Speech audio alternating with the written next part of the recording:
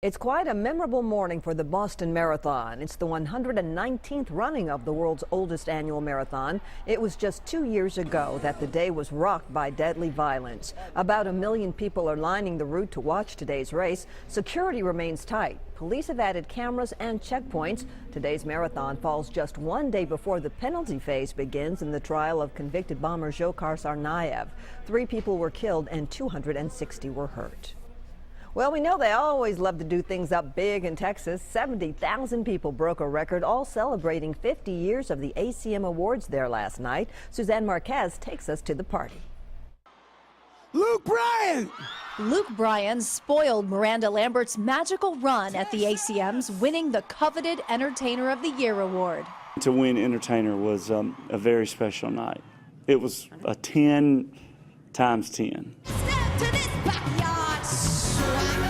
Lambert has never won the top award, but she has plenty of trophies. She won 4 times Sunday, including Album of the Year for Platinum, Female Vocalist of the Year, and Song of the Year.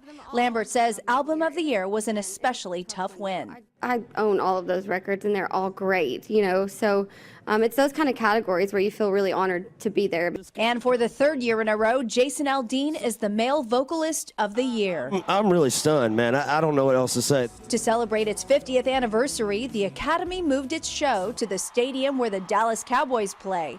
There were plenty of emotional tributes to Merle Haggard, to the victims of the Oklahoma City bombing, and to U.S. troops. Brought him back home with his battle scar. The Academy handed out 7 50th Anniversary Milestone Awards. The recipients included George Strait, Reba McEntire, and Taylor Swift. I'm so happy that I learned to write songs in a town like Nashville. Organizers called Sunday's event the most attended award show of all time. Suzanne Marquez, CBS News, Arlington, Texas. And speaking of records, just this morning, folks who love to laugh in Nashville shattered the record books too. We told you about what happened at the East Room in East Nashville last week. They beat the old numbers, 80 hours, after 3 straight days of live stand-up comedy.